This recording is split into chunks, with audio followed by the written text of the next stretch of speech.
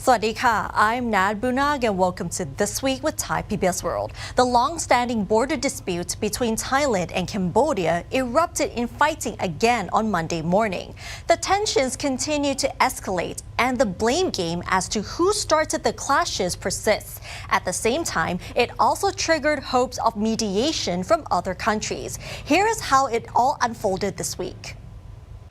This was the moment on Monday morning when Thai F-16 fighter jets bombed a Cambodian casino near the Chong An Ma border pass in Nam Yuen district of Ubon Ratchathani province, and a Cambodian cable car near Prasat Ta Kwai ancient ruins in Phnom Dong Rak district of Surin province. The Thai army said the fighter jets were retaliating against Cambodian forces for launching artillery attacks against Thai troops and civilian targets along the border. Soon after, the Thai government held a press conference announcing that Thailand is determined to defend the country's sovereignty. It also said that they will use military options to respond to all incidents. Prime Minister Anutin Charnvirakul also insists that there is no ceasefire and no more negotiations with Cambodia unless it complies with Thailand's demands. รัฐบาลขอยืนยันว่าประเทศไทยจะดำรงความมุ่งมั่นสูงสุดในการปกป้องอธิปไตยและบูรณภาพแห่งดินแดนของชาติตามหลักกฎหมายระหว่างประเทศและสิทธิในการป้องกันตนเองโดยชอบธรรม Along the 798-kilometer shared border, the clashes have spread to over 10 locations in 7 border provinces, most of which are long-disputed flashpoints. Among the significant targets is the Chupkoki area in Cambodia's Ottamayenchoi province, where the F-16 fighter jets bombed a casino and Thai artillery shelled an oil storage depot.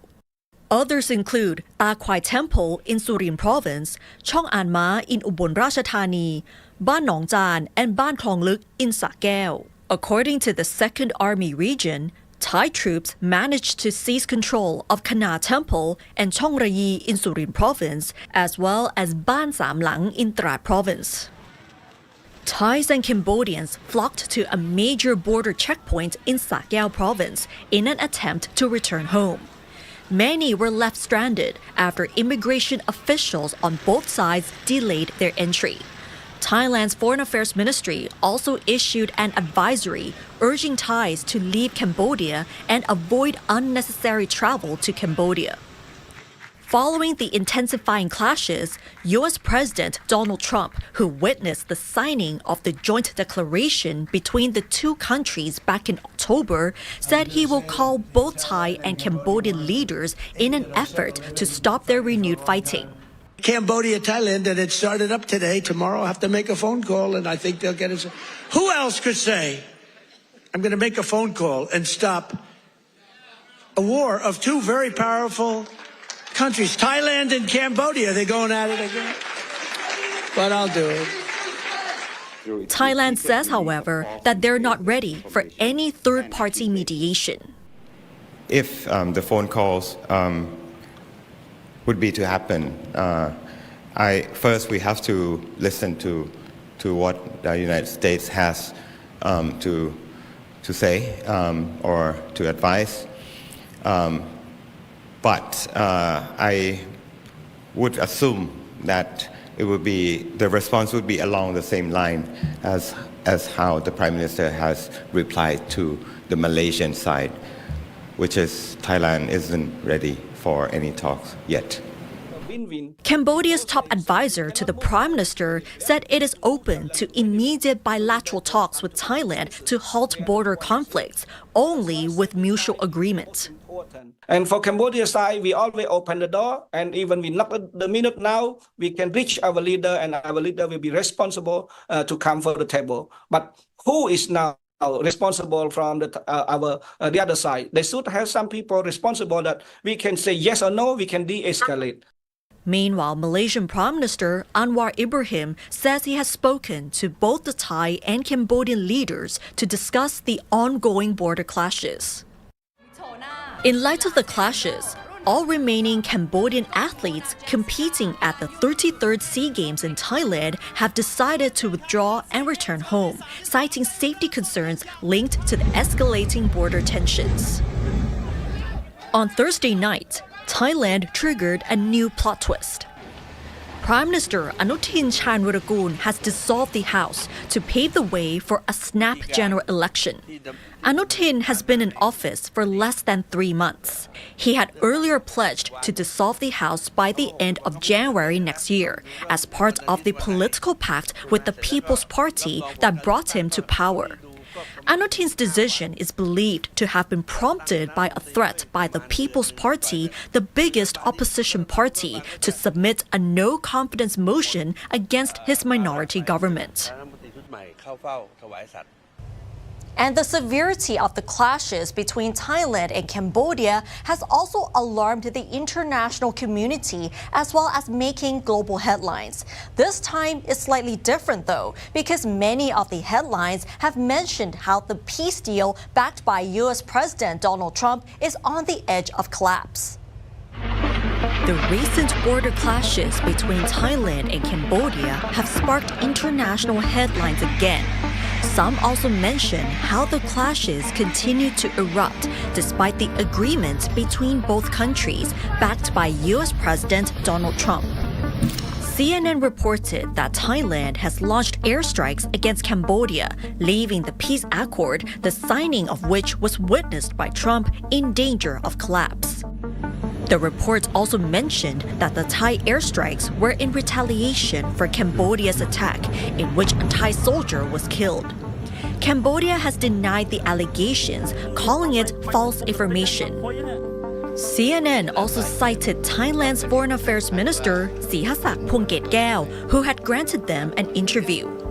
Sihasak told CNN that Thailand is not convinced that the peace declaration is working and that military action would continue until they feel that sovereignty and territorial integrity are not challenged. The BBC reported that residents along the borders evacuated in droves following the new round of clashes and that both sides have accused each other of starting the violence. It also reported that nearly 650 schools across 5 Thai provinces have been ordered to close for safety reasons. And this is not the first time these children's education has been interrupted in recent months. The BBC also reported that Thailand's Prime Minister Anutin Charnvirakul says his country never wanted violence, but will use necessary means to preserve sovereignty. While Cambodia's strongman Hun Sen accused Thailand of provoking retaliation. Reuters assessed how the fierce fighting between the two countries is putting the peace deal backed by Trump under threat, including the potential impacts on U.S. trade tariffs on Thailand and Cambodia. While Trump has previously threatened to put tariff talks on pause unless both countries stop fighting, Reuters quoted the Thai foreign minister as saying that the border conflicts and tariff negotiations must be dealt with separately. He also believes that the tariff talks must not be used to force peace with Cambodia. The Guardian has reported that deadly clashes have escalated along the disputed border between Thailand and Cambodia, and that both sides are blaming each other for starting the fights and vowed to defend their territories. They also blamed each other for violating the ceasefire deal backed by Trump. NHK World reported on the casualties inflicted since both countries resumed armed hostilities, while both sides blame each other for starting the attacks. It also mentioned how Anutin took a hardline stance, stating that negotiations are no longer possible, and that Cambodian Prime Minister Hun Manet argued that Thailand should not use military forces to attack civilians. The Straits Times has reported continuously on the border clashes. One article says that Thailand launched airstrikes on Cambodia, leaving the peace accord on brink of collapse. It also says that the clashes mark a major departure from the joint declaration witnessed by the US and the ASEAN chair. It also reported that Anutin dismissed the possibility of negotiations with Cambodia and no longer wants mediation by other countries. Another report says that 500,000 people have fled the border clashes as Trump plans to call both leaders in hopes to stop the fighting. The South China Morning Post reported that the latest escalation has shattered a peace agreement backed by the US, in which leaders from both Thailand and Cambodia had previously agreed to put an end to hostilities. It also reported that the ceasefire deal has since crumbled, with each side blaming each other for attacking first. Meanwhile, the international community has called on Thailand and Cambodia to exercise restraint and to observe the terms of the joint declaration they signed in Malaysia. UN Secretary General Antonio Guterres has expressed concern over renewed clashes between Cambodia and Thailand. He has urged both parties to exercise restraint and avoid further escalation, as well as to protect civilians and facilitate humanitarian relief. And right now, thousands of people have been displaced by the new round of border clashes between the two countries. Our reporter Warisara Sahan was in Surin province to talk to those who have evacuated to shelters as they reveal how they had to live in fear. Now I'm in Surin province near the Thailand and Cambodia border. If you go straight for about 40 kilometers, you reach the Chongjom border, where clashes have reportedly continued. Well, now the local residents in the area have fully evacuated. Even the hospital nearby is closed and only accepts for emergency cases. The atmosphere in districts near the border remains tense, with airstrikes and artillery attacks, despite several sets of peace talks and the signing of a joint declaration between the two countries. As heavy clashes intensified, more residential zones have been included in the evacuations. Almost 100,000 affected people have already evacuated from border districts in Surin province, including Phnom Dong Rak, Kap Cheung, Sangkha, Bua Chet, and Prasat districts.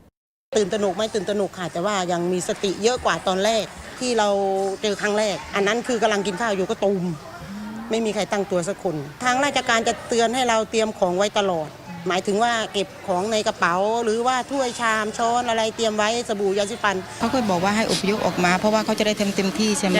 นั่นแหละถ้าแบบเหมือนว่าถ้าเราไม่อพยพมาอะไรกันเขาก็เป็นห่วงประชาชนใช่ไหมกลัวแบบลูกหลงอะไรนี่เนาะนั่นแหละ This is what is left after the evacuation. Over 400 villages along the shared border are completely deserted. Residents in one of the villages, located about 40 kilometers from the Chongjom border, are about 90% evacuated. Only the village security team and a few men are here to assure the safety of property and animals. It's not the first time for the affected people to evacuate here in one of the evacuation centers in Surin province. The villages are located in the border zone. Now, 300 evacuees are already here, and more are reportedly on the way as the situation continues to escalate. Residents here have been evacuated since December the 7th. The majority of the evacuees are children and the elderly. That includes Utai's mother. Utai is among the volunteers who watch over his village for possible theft. Now, he usually travels back and forth to this shelter to help his mother, who needs assistance with daily activities. มันต้องดูแลบ้านนะครับทั้งวัวทั้งรถทุกอย่างครับอยู่ที่บ้านมันไม่มีคนอยู่นะครับบ้าน 4-5 หลังก็มีแต่ผมดูแลแทนนะต้องมีอีกคนที่เป็นญาติให้ญาติดูที่บ้านดูแลบ้านแล้วสถานการณ์ถ้าเทียบกับครั้งแรกอะค่ะกับตอนนี้เป็นยังไงครับพี่หนักมากเลยตอนนี้ผมว่าหนักกว่าทุกครั้ง The new round of clashes has also forced displaced residents to suspend their jobs and daily routines, with over 200 schools and businesses near the border closed until further notice. เหมือนคนแก่เขามาอย่างนี้นะครับมันเสียเวลานะครับถ้ายิงก็ยิงให้มันจบไปทีเดียวไปเลยนะครับจะได้ทำมาหากินจะได้ขายของเนี่ยผมก็ขายไส้กรอกก็ไม่เห็นได้ขายเลย The provincial government has set up about 166 evacuation centers, with officials stationed at each site to oversee operations, including clinics, registration, and cafeteria. Psychological support is being provided to help ease displaced people's stress during this crisis. Volunteers and foundations across Thailand, such as the Thairakdi Foundation, helps with cafeteria assistance and contributes 3 meals a day at several evacuation centers. พื้นที่แห่งนี้เนี่ยบังเอิญเราเคยมาเมื่อมีการประกาศอพยพมาแล้วเนี่ยประชาชนเจ้าหน้าที่ที่เขาคิดถึงพวกเราก็เลยบอกว่าอยากให้พวกเรามาจัดตั้งโรงครัวที่นี่ดังนั้นเราก็จัดตั้งโรงครัวอยู่ที่ศูนย์ณขณะนี้ถ้าน้องได้สังเกตเราจะยินเสียงบึ้มๆตลอดนะช่วงนี้หน้าหนาวนะเราก็เลยจัดเตรียมผ้าห่มซึ่งเป็นผ้าลินินที่มันก็สะดวกในการใช้และพกพาก็เตรียมผ้าห่มมาแจกพี่น้องประชาชนและส่วนหนึ่งเราจัดการไปให้พี่น้องทหารด้วย Currently, around 400,000 people have been displaced along the Thai-Cambodian border, including in Ubon Ratchathani,ศรีสะเกษ Surin, Buriram, Sa Kaeo, Chanthaburi, and Trat. In these renewed clashes, at least 11 Thai soldiers have been killed. The government now faces the challenge of not only seeking a resolution to the conflict, but also of ensuring the well-being of displaced people, both mentally and physically. Warisala Sahan reporting for Thai PBS World. All right, thank you, Warisara, for the latest update from Surin Province. As the tensions are unlikely to ease in the short term, we spoke with the national security analyst in an attempt to discover why the border clashes have continued to intensify despite the ceasefire. Looking at the situation right now along the Thai-Cambodian border, what is your personal observation on the current situation, and why do you think it's escalating to a new level? Well, very worried, I think, like most Thais. In fact, most people in the region or even in the world, including President Trump, because it is one of the 8 conflicts that he wants to end. So it's very worried that the escalation is still, building up. But of course, within this worry, we see the light at the end of the tunnel. I think the escalation could end quite soon with the role of the US, China, ASEAN, and of course Thailand and Cambodia. But it will be for a while, a few days at least. But we also see the possibility of resumption of negotiations in the new platforms or new venues, especially on the building a longer lasting security areas along the 7 border provinces. I think this is very important on the ground, that you need to build a better, more safer zone. You can call it humanitarian safe zone, you can call it demilitarized zone. This is going to be a new point of negotiation in the next phase. But this phase is almost ending, meaning that if the 2 countries go further than this with a high capacity, using high level of destruction of new weaponry, I think it's going to be difficult to control. And it could expand into a regional wars or proxy wars. And looking from the international community, how do you see Trump's role in mediating the border tensions between Thailand and Cambodia? Very complicated, but at times positive, because no one else can do what he's doing. But on the other hand, it is complicated and sometimes potentially becoming destructive, taking side at the interest of geopolitical rivalries. That's one important concern that Southeast Asian nations have in mind all the time. They were subjected to these rivalries, in such a bad way. If Mr. Trump is not careful, he'll face with more resistance on the objective that seems to be very noble, that is to end conflicts, opening up trade, fair, free, and move us to the new era, of relations. From your perspective, should the US or Malaysia ever step in terms of the mediation between the two countries? Nothing that we can do now. They already stepped in. So the question is, how can we make them to be more progressive, to be more positive? That's going to be a lot of hard work. The U.S. needs to understand much more about this deep sentiment about the land, about the conflict, from the historical legacy point of view. America doesn't understand colonial, legacies as well. Looking back at Thailand, if you have to assess the performance of the Thai government in dealing with the border tensions with Cambodia, what do you think they have done right or wrong, especially during the past few months? Well, I think they have learned many lessons. One lesson is unity of the decision-making body or structure. That's very important. In time of crisis, you need to have one clear chain of command, one clear approach. You need to see the end game, end state. You need to have an exit strategy. I think that they now learned that and activate this structure from the top National Security Council to the combined armed forces, different services into one. And they also try to manage the civil society capabilities into this conflict. I think that's what they have learned. But of course, there are also yet more lessons to be learned. The way they communicate, to the public, domestically, to the international audience, it's different.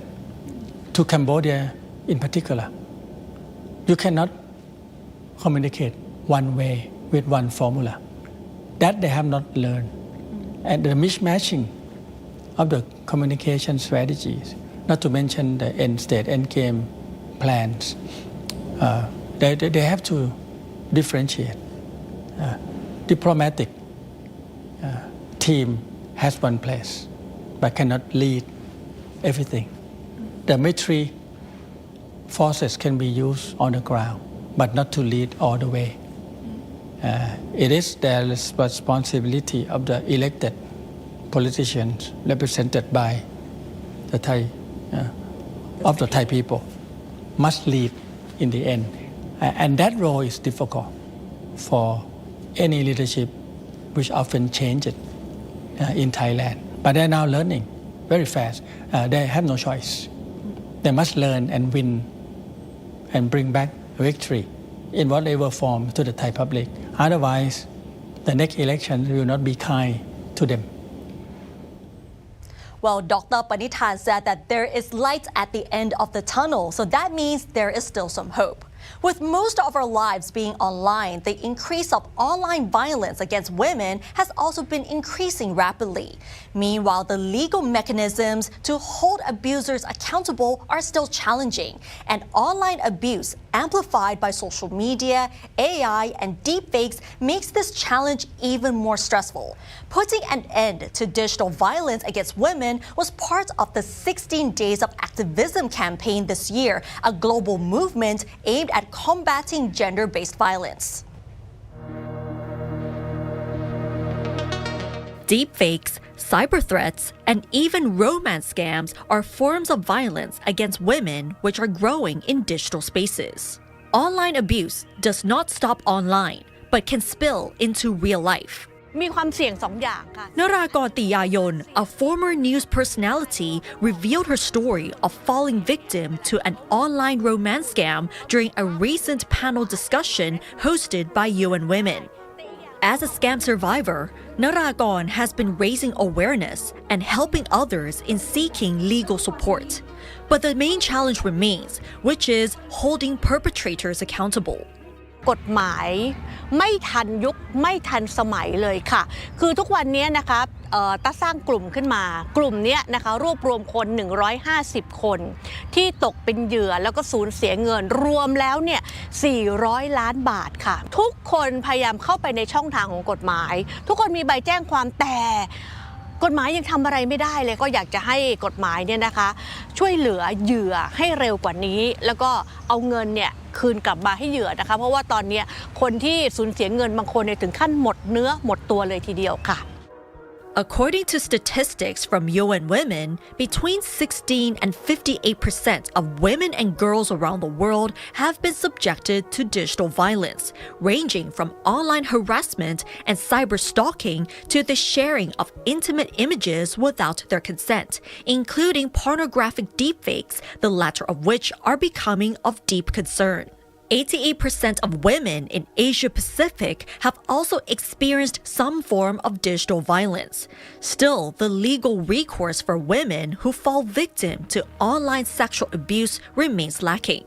When we think of deepfakes and violence against women, and this is a serious threat, and unfortunately, the technology now exists to rapidly, quickly, and often behind the scenes share those types of dangerous content, sexually explicit content in private rooms, in group chats, in different online spaces